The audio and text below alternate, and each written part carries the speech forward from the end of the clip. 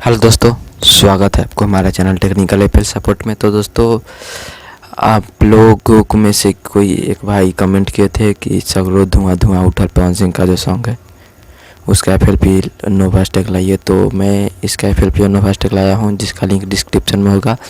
इसमें 3 स्टेप पे पासवर्ड होगा। दोस्तों, वीडियो को पूरा देखिए ताकि आपको पासवर्ड मिल सके अगर डाउनलोड करना है तो।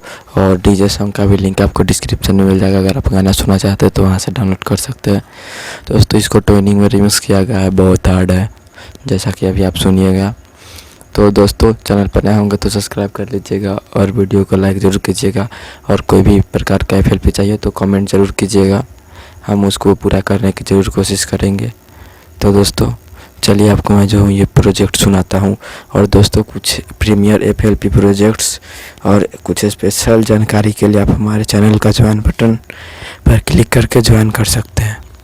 तो दोस्तों, आवाज़ गला थोड़ा सा ख़राब है तो आवाज़ आ रहा है इधर उधर। तो दोस्तों, इस सब बात को हटाते हुए चलिए प्रोजेक्ट को सुनाता हूँ।